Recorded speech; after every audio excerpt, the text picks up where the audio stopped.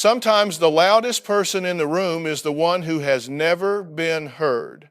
I've seen it 1,000 times. A family comes to my stage torn apart by something so fundamental, so corrosive, that they've lost all sight of who they are to each other. They're not mother, daughter, sister anymore. They're plaintiff, defendant, and a weary witness, all trapped in a courtroom of their own making. That was the air in the room the day I met Jenna and her family. The file I had on my desk was thick-filled with emails, frantic letters, and screenshots of social media posts that read like declarations of war.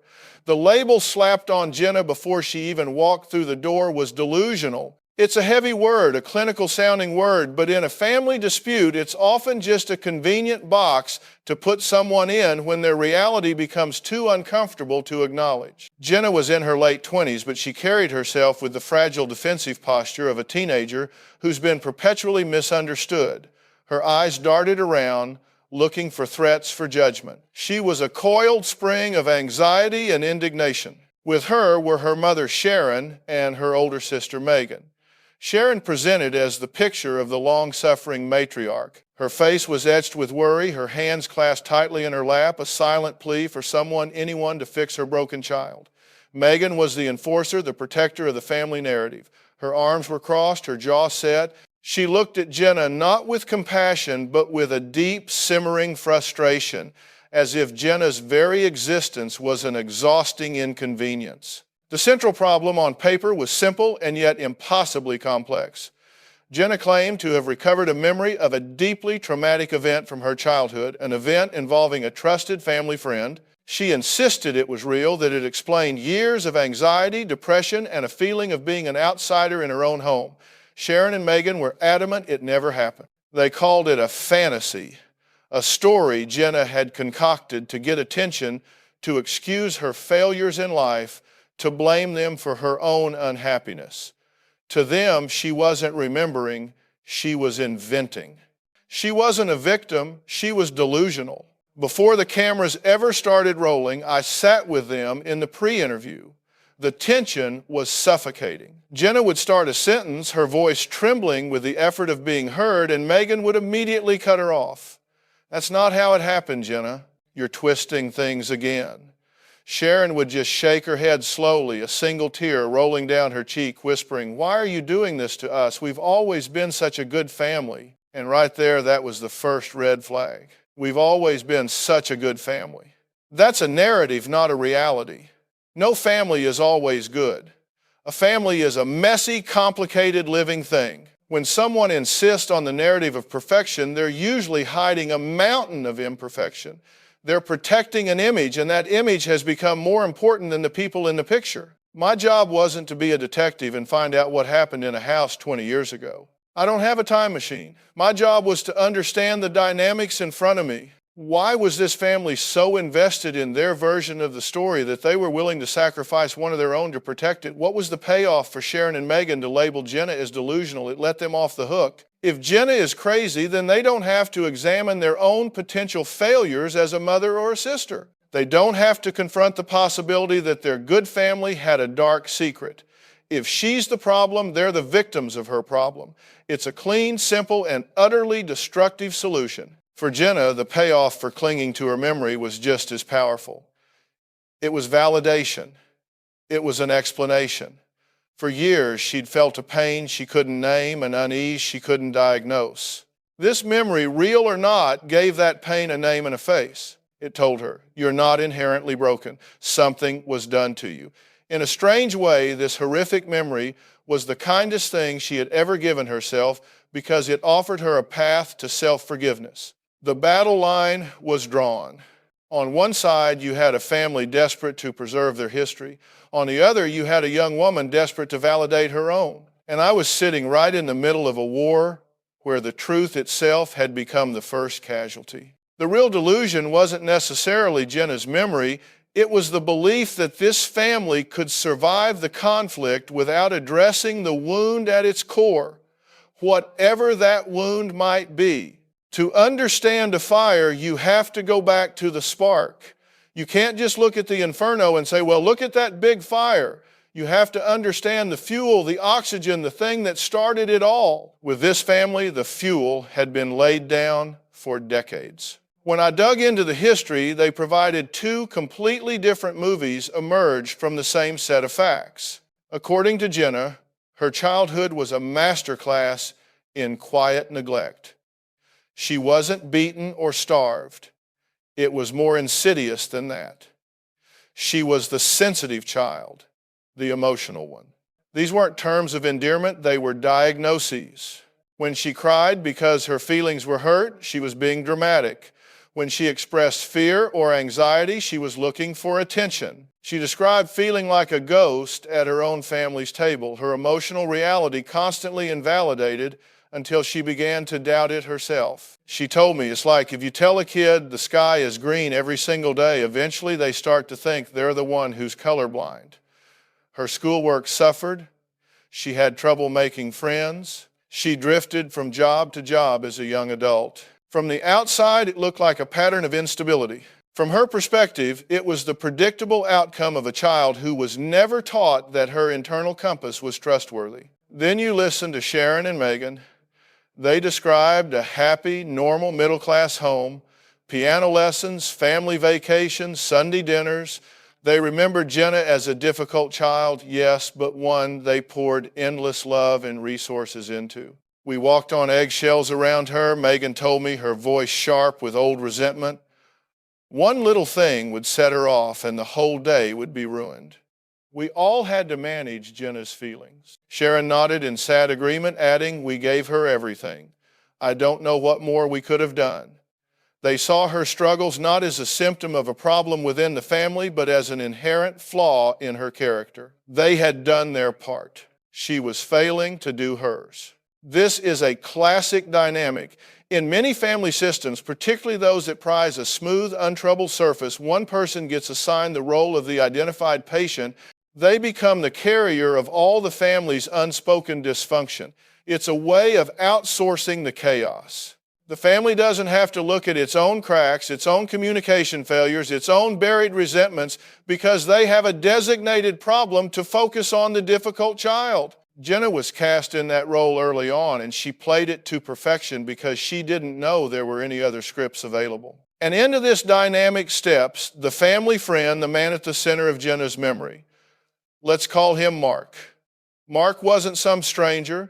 He was woven into the fabric of their lives. He was at every holiday, every barbecue. He was charming, funny, successful, the kind of person everyone liked. For Sharon and Megan, the idea that Mark could be capable of what Jenna was alleging was not just unbelievable, it was an attack on their entire world, on their judgment, on their perception of good and evil. If Jenna was right about Mark, then their perfect family narrative wasn't just flawed, it was a lie.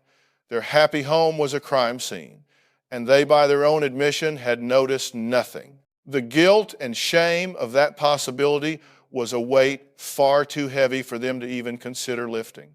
So they didn't. They chose the lighter weight, a delusional daughter. The brain is not a video recorder. Memory is a reconstructive process influenced by emotion, suggestion, and subsequent experience.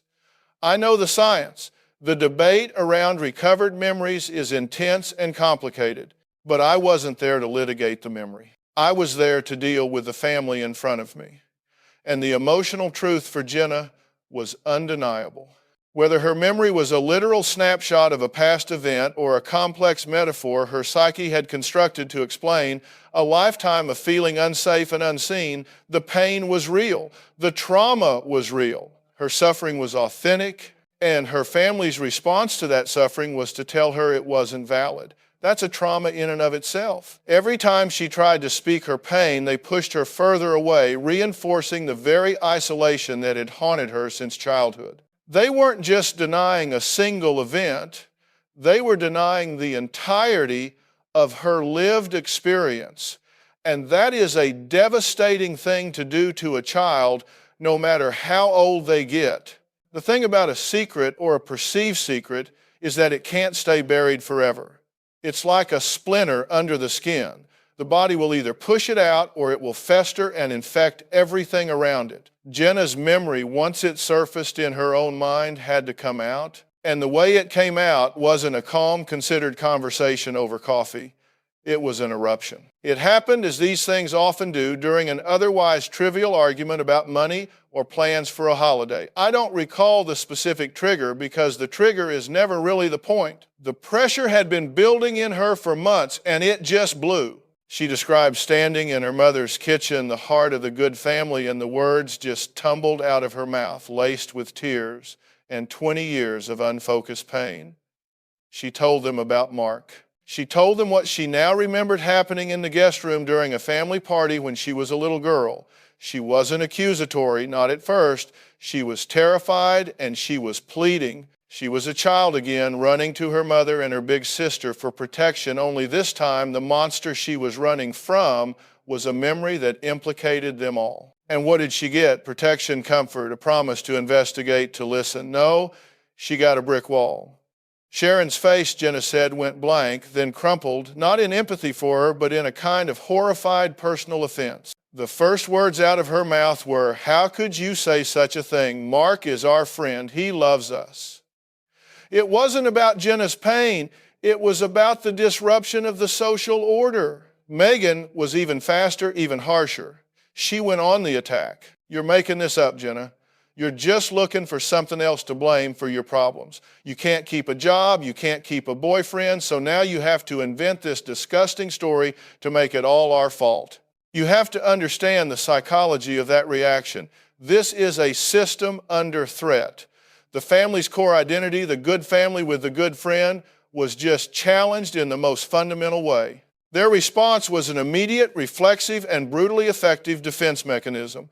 Step 1, deny the reality of the threat. Step 2, discredit the messenger. Step 3, reposition the accuser as the aggressor and themselves as the victims. In the space of 30 seconds, Jenna went from being a terrified daughter sharing a potential trauma to a malicious liar attacking her innocent family. They didn't just reject her story, they rewrote it in real time, casting her as the villain. From that day on, the escalation was fast and brutal. It became the only thing they talked about, or rather the only thing they fought about. Every conversation was a cross-examination. Jenna, desperate to be believed, would try to provide more details of the memory, trying to anchor it in reality for them. But every detail she offered was used as ammunition against her. "Oh, now you remember what color the wallpaper was. You didn't mention that last week." See, you're adding things. You're making it up as you go. Her desperation to be heard was interpreted as proof of her instability. Her tears were manipulation. Her anger was a sign of her delusion. They started circling the wagons. They called other family members, aunts, uncles, cousins, and they preemptively poisoned the well. The narrative they sold was consistent. Poor Jenna is having another breakdown. She's cooked up this terrible fantasy and we're so worried about her. So when Jenna tried to reach out to an aunt she'd always trusted, she was met with a gentle but firm, "Honey, your mother told me you're not well. You need to stop this and get help." She was being systematically isolated, cut off from any potential ally who might have listened with an open mind.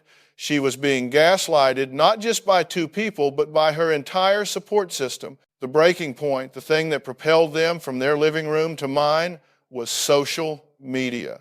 Cornered, silenced, and utterly alone, Jenna did what so many people do in this day and age. She screamed into the void. She wrote a vague but pointed post on her Facebook page. "Something about finally understanding the source of my pain and the betrayal of those who were supposed to protect you." She didn't name names, but she didn't have to. For Sharon and Megan, this was the ultimate act of war. Their private Jenna problem had just gone public.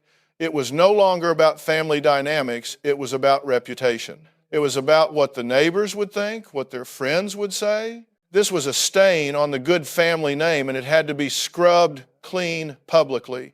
And that's when they called my show.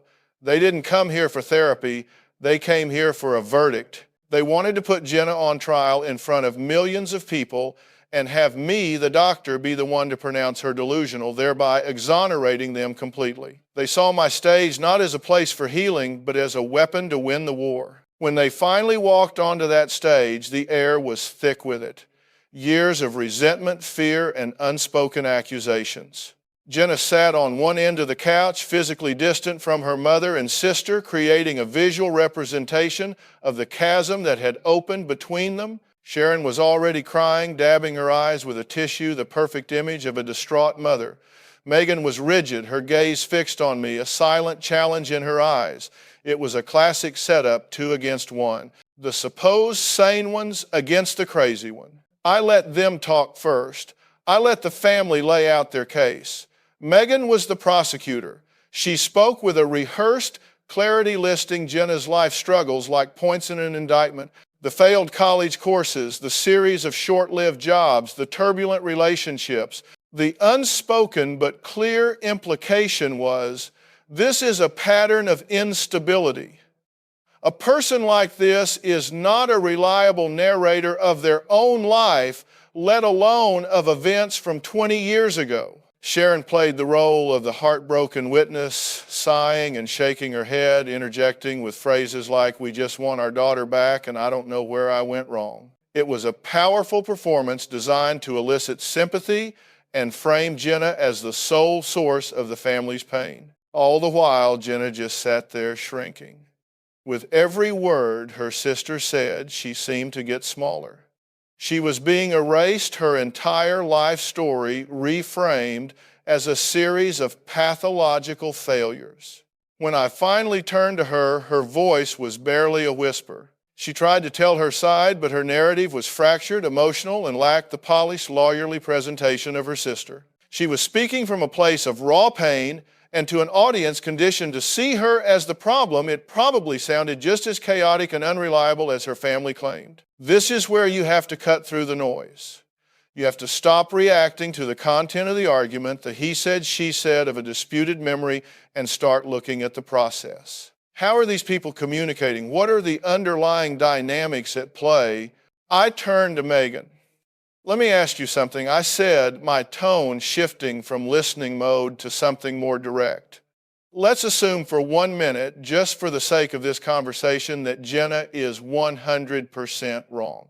Let's say this memory is a complete fabrication. Is this the way to help her? She was taken aback. What do you mean? I mean, you say you love your sister, you say you're worried about her, but everything you've done from the kitchen table to this stage has been to attack her, to discredit her, to isolate her. You're not trying to understand her pain, you're trying to win an argument. Why is it so important for you to be right, even at the cost of your sister's well-being? This is the confrontation. It's not about yelling, it's about holding up a mirror. It's about changing the frame of the entire conversation. The issue wasn't the memory anymore. The issue was the family's brutal and unempathetic response to a member who was clearly in immense distress. Megan started to sputter. But she's lying. She's accusing an innocent man. She's tearing this family apart with her lies. So you punish her, I push back. You label her, you attack her, you try to turn the world against her. Does that sound like love to you, or does that sound like a strategy for self-preservation? You're not protecting Jenna. You're protecting the family narrative. You're protecting your own comfort. Then I turned to Sharon. Mom, I said, softening my tone, but not the message. Your daughter came to you in what she perceived to be the worst pain of her life. She was scared, she was hurting, and your first response wasn't, my God, let me help you. It was, how could you do this to us? You made her pain about you. Why? The tears came faster now, but they were different tears. The performative sadness was cracking, and underneath was something raw. I don't know, she stammered. I was just so shocked. Mark, he's been like a brother to me. And your daughter hasn't been like a daughter to you, I asked plainly. When you have to choose between the comfort of a friend and the pain of your own child, where is your loyalty supposed to lie? Even if you think she's wrong, your job as a mother is to start with compassion. It's to say, I hear that you are in agony, and that matters to me more than anything else. Let's figure this out together. You didn't do that. You and Megan formed a united front against her. You left her on an island all by herself. This was the breakthrough moment, not for Jenna, but for them. It was the first time anyone had challenged their narrative, not by debating the facts of the memory, but by questioning the morality of their response. You could see the cognitive dissonance on their faces. They had come here to be validated as the long-suffering family of a delusional woman. Instead, I was suggesting that they were active participants, even perpetrators in her suffering. Jenna, for the first time, sat up a little straighter. A flicker of something that wasn't fear or defensiveness appeared in her eyes. It was validation. Not validation of her memory, but validation of her pain. Someone had finally seen her, not as a diagnosis, but as a person who was hurting. The conversation in that moment stopped being about what happened 20 years ago and started being about what was happening right now on that stage in that family. The problem wasn't the past, it was the present. The delusion wasn't Jenna's memory, it was the family's belief that they could amputate a part of themselves to save the whole. The thing about a breakthrough is that it's not the end of the journey, it's the beginning. It's the moment the door cracks open, but you still have to find the courage to walk through it. For Sharon and Megan, the confrontation on stage was a profound shock to their system. The mirror I held up showed them a reflection they didn't recognize and didn't like. For years, they had seen themselves as the caregivers, the patient ones, the victims of Jenna's difficult nature. Now, they were being asked to consider a different role, the antagonist. I spent a lot of time with them both, on camera and off. I had to strip away the legalistic framework they had built. This wasn't a courtroom. I told them, we're going to stop trying to prove or disprove the memory. For now, it's irrelevant. We're going to declare a moratorium on the word truth and the word lie. Instead, we're going to focus on the word pain. I worked with Sharon first. I needed her to understand the profound betrayal Jenna felt, not from the alleged event itself, but from her own mother's reaction. Sharon, I explained, when your child comes to you bleeding, you don't start by interrogating them about how they got the cut. You start by stopping the bleeding. Jenna came to you bleeding emotionally, and instead of getting a bandage, she got an accusation. You have to understand how that landed on a daughter who already spent her life feeling like her emotions were a burden to you. It was a slow process. Her identity as a good mother was so deeply ingrained that accepting this criticism felt like accepting that she was a total failure. We had to reframe it. This wasn't about condemning her past actions, but about creating a new future. I asked her to think back to find moments when she saw Jenna's sensitivity not as a flaw, but as a part of who she was. Gradually, she began to soften. She remembered Jenna as a little girl crying when a bird fell out of its nest, refusing to come inside until they had given it a proper burial. She saw, perhaps for the first time in a long time, the deep well of empathy that existed in her daughter, the very empathy that made her so vulnerable to pain. Megan was a tougher nut to crack. Her identity was wrapped up in being the strong one, the capable one, the one who held the family together while Jenna was falling apart. This was her role, her function. Admitting that her strength was actually a form of rigid, unempathetic control was a threat to her very sense of self. She had a lot of anger toward Jenna, a sibling resentment that had been simmering for years. She felt that Jenna's emotional needs had sucked all the oxygen out of the room, leaving none for her. She got all the attention, Megan admitted in a private session. Everything was always about managing Jenna. My accomplishments, my problems, they were always secondary because we had to deal with whatever crisis Jenna was having that week. This was a critical piece of the puzzle. Megan's hostility wasn't just about protecting the family from a scandalous accusation.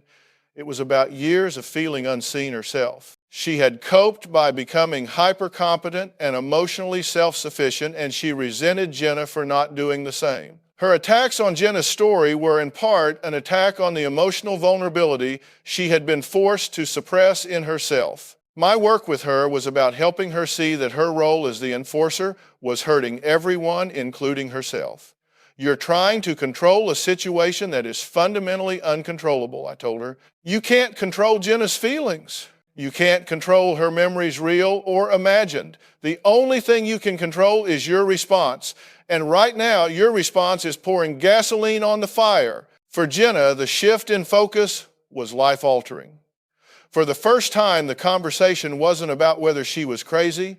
The conversation was about the family's dynamic and how it had impacted her. We got her into intensive therapy with a trauma specialist. I was very clear the goal of this therapy was not to prove the memory. The goal was to process the trauma of the alleged event, and equally important, the trauma of her family's rejection. Her pain was real, regardless of its source. She needed tools to manage her anxiety, to build a sense of self-worth that wasn't dependent on her family's validation, and to learn to trust her own internal reality again. The outcome wasn't a single dramatic made-for-TV hug where everyone apologizes and all is forgiven. Life isn't that simple. The outcome was a slow, painful, and messy process of rebuilding. The family agreed to therapy together and separately. The first few sessions were brutal. There were setbacks. Megan would revert to her prosecutorial style. Sharon would dissolve into helpless tears. Jenna at times would get lost in the details of her memory, still desperate for that ultimate validation. But slowly, painstakingly, the language began to change. Instead of "you're lying," Megan started to learn to say, "It's hard for me to hear that because my experience was different." Instead of Sharon's "why are you doing this to us?" she learned to ask, "Help me understand the pain you're in." These are not just semantic changes. They are fundamental shifts in perspective. They move from a position of conflict to a position of curiosity. They never reached a consensus about the memory of Mark, and I told them that was okay. You can't force belief, but they started to reach a consensus on something far more important, that Jenna's lifelong pain was real and that the family system had contributed to it. They began to grieve not for the good family they had lost because it had never truly existed, but for the family they could have been if they had known how to listen to each other. The path forward for them is a long one. Trust once shattered is not easily glued back together. Jenna has had to learn to set boundaries to protect her own emotional health, even from the people she loves most. Sharon and Megan have had to learn the difficult lesson of listening without judgment and loving without the need to control. It's an imperfect, ongoing resolution. It's not a happy ending.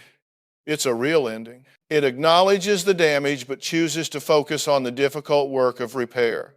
They are no longer defined by a single disputed event in the past. They are now defined by the choice they are making every day to try, however imperfectly, to find their way back to each other.